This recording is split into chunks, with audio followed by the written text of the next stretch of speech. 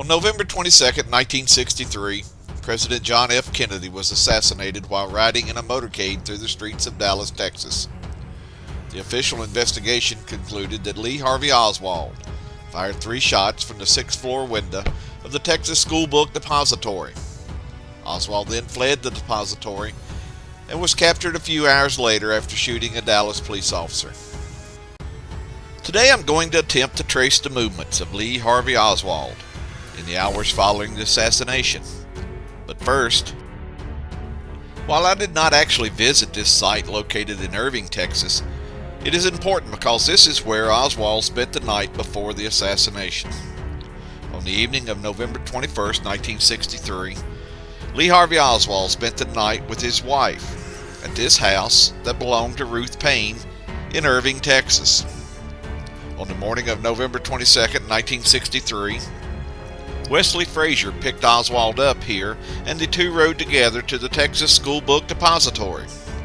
Frazier noticed that Oswald was carrying a large package, which he claimed to be curtain rods, but the investigation concluded that it was actually the rifle used to shoot the president.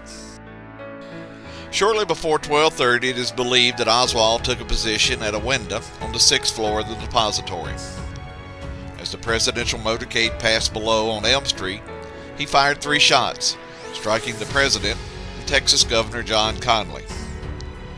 The president and Governor Connally were taken to Parkland Hospital, while Oswald took a freight elevator down to the 1st floor and left through these doors.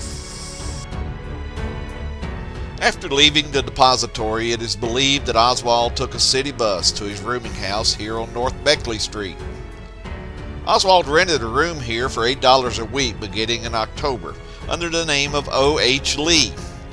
While here, it is believed that he picked up a pistol that he would use a few minutes later. After leaving his rooming house on North Beckley, Oswald walked about a mile to the intersection of 10th and Patton. Here, Oswald encountered Dallas police officer J.D. Tippit. After a brief conversation, Oswald pulled his pistol and shot Officer Tippit.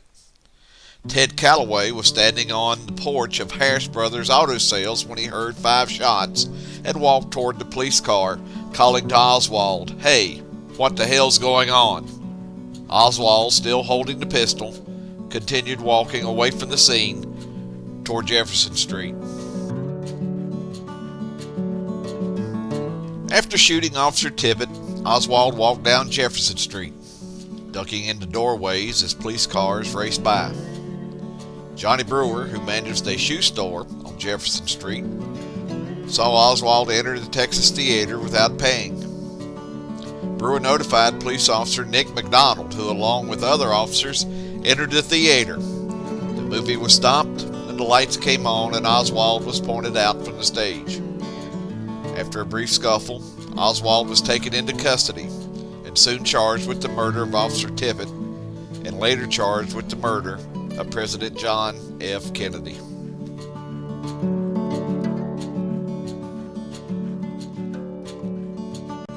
Over the next couple of days, Oswald was questioned almost non-stop at Dallas Police Headquarters. On Sunday, November 24th, Oswald was scheduled to be moved to the Dallas County Jail. In the basement of this building, behind this door, as Oswald was exiting the elevator, nightclub owner Jack Ruby stepped from a group of reporters and shot the accused assassin. Oswald was taken to Parkland Hospital, where he was pronounced dead. On Monday, November 25, 1963, 3 men were laid to rest in 3 very different settings. President Kennedy was laid to rest at Arlington National Cemetery as a grieving nation watched on TV. In South Dallas, police officers from all across the state of Texas attended the funeral of Officer J.D. Tippit. And over in Fort Worth, the body of Lee Harvey Oswald was carried to the gravesite by reporters assigned to cover the funeral. The only people in attendance were the reporters, Oswald's mother, his wife, their 2 children, and his brother Robert.